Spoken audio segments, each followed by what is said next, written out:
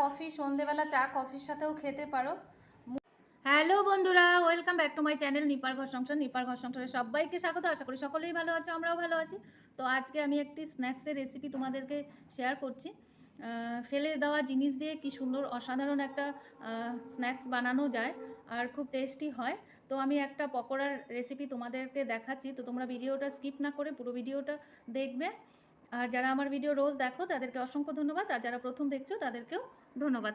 তো চলো দেখতে থাকো আমি কি স্ন্যাক্সের রেসিপি তোমাদের সাথে শেয়ার করছি। তো যে রেসিপিটা তোমাদের সাথে শেয়ার করছি সেটা হলো চাল কুমড়োর যে বুকটা হয়, বিচি হয়ে যায় অনেক সময়, ঘরে থাকতে থাকতে চাল কুমড়োটা বিচি হয়ে যায়, এরকম হয়ে যায়।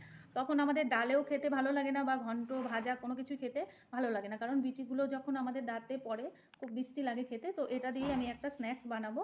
তো প্রথমে আমি চাল কুমড়োর এই বিচিগুলো ছাড়িয়ে নেব। বাটিতে আমি একটা জল নিয়েছি, এবার জলের মধ্যে এইগুলো এরকম করে বিচিগুলো ছাড়িয়ে নেব।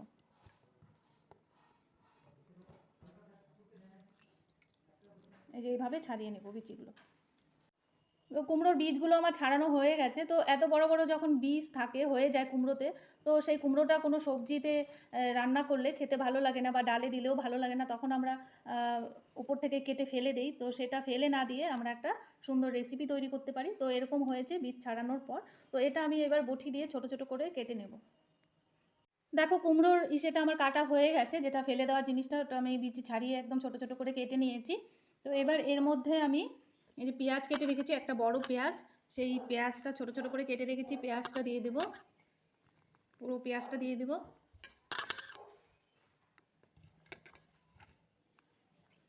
কিছুটা লঙ্কা কুচিয়ে রেখেছি, 7-8টা লঙ্কা কুচিয়ে রেখেছি, সেটাও দিয়ে দেব।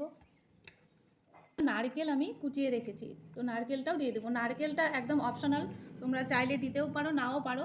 তো আমার ঘরে ছিল, ওই জন্য আমি নারকেলটা এখানে অ্যাড করে দিয়েছি, তাহলে খেতে আর একটু টেস্ট হবে। নারকেলটা দিলে কি হয়, প্রত্যেক বাইটে যখন আমাদের নারকেলের দানাটা দাঁতে পড়বে দারুণ লাগবে খেতে, ওই জন্য আমি নারকেলটা দিয়েছি। তোমরা চাইলে দিতেও পারো নাও পারো। তো এবার আমি এটার মধ্যে চালের গুঁড়ো মিশিয়ে দিচ্ছি, আর দিয়ে দিচ্ছি হলুদ গুঁড়ো। একদম কম জিনিসে এটা হয়ে যায় রান্নাটা।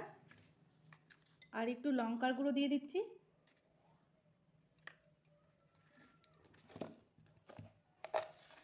আর স্বাদ অনুসারে নুন দিয়ে দিচ্ছি।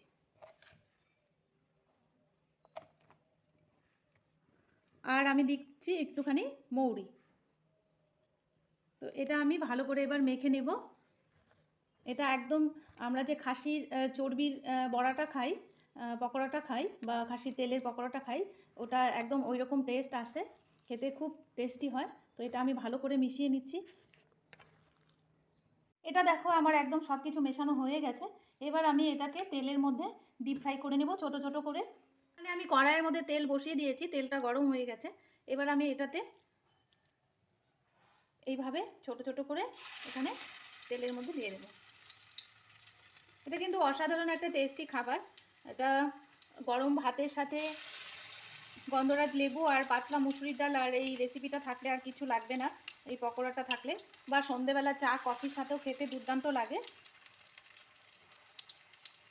একদম সিম্পল একটা রান্না, তো ফেলে দেওয়া জিনিস দিয়ে এত সুন্দর একটা রান্না করা যায় বা এত টেস্টি হয়,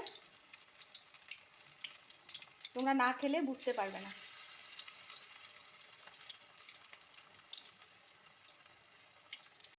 গ্যাসটা আমার একদম ডিম করা আছে, তো একদম ধিমি আছে আমি এটাকে ভালো করে ডিপ ফ্রাই করে নেব।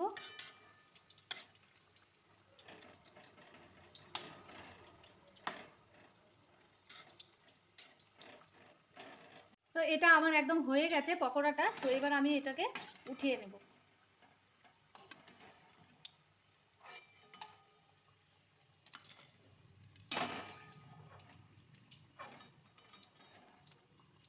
তো আজকে দেখো আমার একদম স্ন্যাক্স পকোড়াগুলো একদম রেডি।